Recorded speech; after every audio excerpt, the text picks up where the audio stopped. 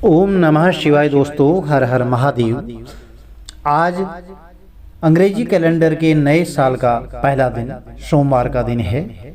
सोमवार का दिन भगवान भोलेनाथ को समर्पित होता है। इस दिन जो भी भक्त सच्चे मन से, सच्चे भाव से, हृदय से भगवान भोलेनाथ की आराधना करता है, उनकी पूजा करता है, उसकी मनोकामनाएं अवश्य ही पूर्ण होती हैं। सोमवार के व्रत में फलाहार या पारण का कोई खास नियम नहीं होता है, किंतु यह आवश्यक होता है कि दिन रात में केवल एक समय ही भोजन करें। सोमवार के व्रत में भगवान भोलेनाथ, माता पार्वती और गणपति गजानन का महाराज का पूजन जरूर करना चाहिए। चलिए कथा आरंभ करते हैं। बोलिए शंकर भगवान की जय, गणेश जी महाराज की जय, बोलो पार्वती मैया की जय। एक बहुत धनवान साहूकार था, जिसके घर धन आदि किसी प्रकार की कभी कोई कमी नहीं थी, परंतु उसको एक दुख था कि उसके कोई संतान नहीं थी। वह इसी चिंता में दिन रात रहता था कि वह पुत्र की कामना के लिए प्रति सोमवार को भगवान शिव जी का व्रत और पूजन किया करता था। सायंकाल को शिव मंदिर में जाकर के शिव जी के श्री विग्रह स्वरूप के सामने दीपक जलाया करता था। उसके इस भक्तिभाव को देख करके एक समय श्री पार्वती जी ने शिव जी महाराज से कहा कि हे प्रभु, यह साहूकार आपका अनन्य भक्त है और सदैव आपका व्रत और पूजन बड़ी श्रद्धा भाव से करता है। इसकी मनोकामना आपको अवश्य पूर्ण करनी चाहिए। तो भगवान शिव ने कहा, हे पार्वती, इस संसार में कर्म क्षेत्र है। जैसे किसान खेती में बीज बोता है, खेत में वैसे ही फल काटता है, उसी प्रकार इस संसार में व्यक्ति जैसा कर्म करते हैं वैसा ही फल भोगते हैं। तो पार्वती जी ने अत्यंत आग्रह से कहा, हे महाराज, जब यह आपका अनन्य भक्त है तो इसको अगर किसी प्रकार का दुख है तो आपको अवश्य दूर करना चाहिए, क्योंकि आप सदैव अपने भक्तों पर दयालु होते हैं और उनके दुखों को दूर करते हैं। यदि आप ऐसा नहीं करेंगे तो मनुष्य आपकी सेवा और व्रत क्यों करेंगे। तो पार्वती जी का विशेष आग्रह देख करके भगवान शिव महाराज कहने लगे, हे पार्वती, इसके कोई संतान नहीं है, इसी चिंता में यह अति दुखी रहता है। इसके भाग्य में पुत्र न होने पर भी मैं इसको पुत्र की प्राप्ति का वर दे देता हूँ, परंतु यह पुत्र केवल 12 वर्ष तक ही जीवित रहेगा। इसके पश्चात वह मृत्यु को प्राप्त हो जाएगा। इससे अधिक मैं और कुछ इसके लिए नहीं कर सकता। यह सब बातें साहूकार सुन रहा था। इससे उसको न तो कुछ प्रसन्नता हुई और न ही कुछ दुख हुआ। वह पहले जैसा शिव जी महाराज का व्रत करता, पूजन करता और कुछ काल व्यतीत हो जाने पर साहूकार की स्त्री गर्भवती हुई और 10वें महीने में उसके गर्भ से अति सुंदर पुत्र की प्राप्ति हुई। साहूकार के घर में बहुत खुशियां मनाई गई, परंतु साहूकार ने उसकी केवल 12 वर्ष की आयु जान कोई अधिक प्रसन्नता प्रकट नहीं की और न ही किसी को भेद बताया। जब वह बालक 11 वर्ष का हो गया तो उस बालक की माता ने उसके पिता से विवाह आदि के लिए कहा, तो साहूकार कहने लगा कि अभी मैं इसका विवाह नहीं करूंगा, क्योंकि प्राचीन समय में बहुत कम उम्र में ही विवाह हो जाता था। तो अपने पुत्र को काशी जी पढ़ने के लिए भेजूंगा। फिर साहूकार ने अपने साले यानी कि बालक के मामा को बुला करके उसको बहुत सारा धन देकर कहा कि तुम इस बालक को काशी जी पढ़ने के लिए ले जाओ और रास्ते में जिस स्थान पर भी जाओ यज्ञ करते और ब्राह्मणों को भोजन कराते हुए जाना। तो वह दोनों मामा भांजे यज्ञ करते और ब्राह्मणों को भोजन कराते हुए जा रहे थे। रास्ते में एक शहर पड़ा। उस शहर में राजा की कन्या का विवाह था और दूसरे राजा का लड़का जो विवाह कराने के लिए बारात लेकर आया था वह एक आंख से काना था। तो उसके पिता को इस बात की बड़ी चिंता होने लगी कि कहीं वर को देख करके कन्या के माता पिता विवाह में किसी प्रकार की अड़चन पैदा न कर दें। इस कारण जब उसने अति सुंदर सेठ के लड़के को देखा तो मन में विचार किया कि क्यों न दरवाजे के समय इस लड़के से वर का काम चलाया जाए। और ऐसा विचार करके वर के पिता ने उस लड़के के और मामा से बात की तो वह दोनों राजी हो गए।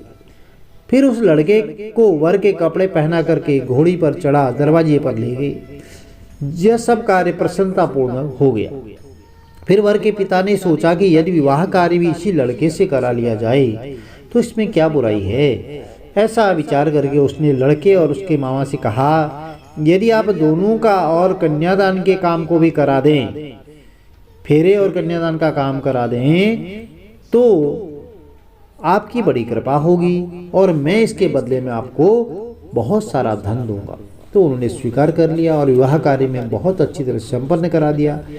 परंतु जिस समय लड़का जाने लगा तो उसने राजकुमारी की चुंदड़ी के पल्ले पर लिख दिया कि तेरा विवाह तो मेरे साथ हुआ है, परंतु जिस राजकुमार के साथ तुम्हें भेजेंगे वह एक आंख से काना है और मैं काशी जी पढ़ने जा रहा हूँ। लड़के के जाने के पश्चात उस राजकुमारी ने अपनी चुंदड़ी पर ऐसा लिखा हुआ पाया तो उसने राजकुमार के साथ जाने से मना कर दिया और कहा कि यह मेरा पति नहीं है, मेरा विवाह इसके साथ नहीं हुआ है, वह तो काशी जी पढ़ने गया है जिसके साथ मेरा विवाह हुआ था। तो राजकुमारी के माता पिता ने अपनी कन्या को विदा नहीं किया और बारात वापस चली गई। उधर सेठ का लड़का और उसकी मामा काशी जी पहुंच गए। वहां जाकर उन्हें यज्ञ करना और लड़के ने पढ़ना शुरू कर दिया। जब लड़के की आयु 12 साल हो गई तो उस दिन उन्होंने यज्ञ रखा था और लड़के ने अपने मामा से कहा, मामा जी आज मेरी तबीयत ठीक नहीं है। तो मामा ने कहा अंदर जाकर सो जाओ। लड़का अंदर जाकर सो गया और थोड़ी देर में उसके प्राण निकल गए। जब उसके मामा ने आकर देखा तो वह मुर्दा पड़ा है। उसको बड़ा दुख हुआ। उसने सोचा कि अगर मैं अभी रोना धोना कर दूं तो यज्ञ का कार्य अधूरा रह जाएगा। इसलिए उसने जल्दी से यह कार्य समाप्त करके ब्राह्मणों को जाने के बाद रोना पीटना शुरू कर दिया। संयोगवश उसी समय शिव पार्वती जी उधर से जा रहे थे। जब उन्होंने जोर जोर से रोने की आवाज़ सुनी तो पार्वती जी ने आग्रह किया, महाराज कोई दुखिया रो रहा है तो इसके कष्ट को दूर कीजिए। जब शिव पार्वती जी ने पास जाकर के देखा तो वहाँ एक लड़का मुर्दा पड़ा था। पार्वती जी कहने लगी, महाराज यह तो उसी सेठ का लड़का है जो आपके वरदान से हुआ था। शिव जी कहने लगे, हे पार्वती इसकी आयु इतनी थी सो यह भोग चुका। तब पार्वती जी ने कहा, महाराज इस बालक को और आयु दो, नहीं तो इसके माता पिता तड़प तड़प कर जान दे देंगे। और पार्वती जी के बार बार आग्रह करने पर भी शिव जी ने उसको जीवन वरदान दिया और शिव जी की महाराज की कृपा से लड़का पुनः जीवित हो गया। शिव कैलाश पर्वत पर चले गए पार्वती के साथ में और तब वह लड़का और मामा उसी प्रकार यज्ञ करते हुए ब्राह्मणों को भोजन कराते अपने घर की ओर चल पड़े। रास्ते में उसी शहर में आए जहाँ उसका विवाह हुआ था। तो वहाँ पर आकर उन्होंने यज्ञ आरंभ कर दिया और उस लड़के के ससुर ने उसको पहचान लिया। अपने महल में ले जाकर के उसकी बड़ी खातिरदारी की और साथ ही बहुत दास दासियां सहित आदरपूर्वक लड़की और जमाई को विदा कर दिया। जब वो अपने शहर के निकट आए तो मामा ने कहा, मैं पहले तुम्हारे घर जाकर के खबर करके आता हूँ। जब उस लड़के का मामा घर पहुँचा तो लड़के के माता पिता घर की छत पर बैठे थे और यह प्रण कर रखा था कि यदि हमारा पुत्र सकुशल लौट आया तो हम राजी खुशी नीचे आ जाएंगे, नहीं तो छत से गिरकर अपने प्राण खो देंगे। इतने में उस लड़के के मामा ने आकर के समाचार दिया कि आपका पुत्र आ गया है। तो उनको विश्वास नहीं आया। तब उसके मामा ने शपथ पूर्वक कहा कि आपका पुत्र अपनी स्त्री के साथ बहुत सारा धन लेकर आया है। तो सेठ ने आनंद के साथ उसका स्वागत किया और बड़ी प्रसन्नता के साथ रहने लगे। इसी प्रकार से जो भी व्यक्ति सोमवार के व्रत को धारण करता है या सोमवार के व्रत कथा को पढ़ता है, सुनता है, उसकी मनोकामनाएं भगवान भोलेनाथ अवश्य ही पूर्ण करते हैं। प्रिय भक्तजनों, यदि वीडियो में दी गई जानकारी आपके लिए अच्छी लगी तो चैनल को लाइक कीजिए, शेयर कीजिए, सब्सक्राइब कीजिए, साथ में बेल आइकन अवश्य प्रेस कर दीजिए जिससे कि आने वाली वीडियोज़ की नोटिफिकेशन आपको ठीक समय पर मिल सके। भगवान भोलेनाथ, माता पार्वती आप सबकी मनोकामनाएं पूर्ण करें। हर हर महादेव। जय माता दी। आपका दिन शुभ हो।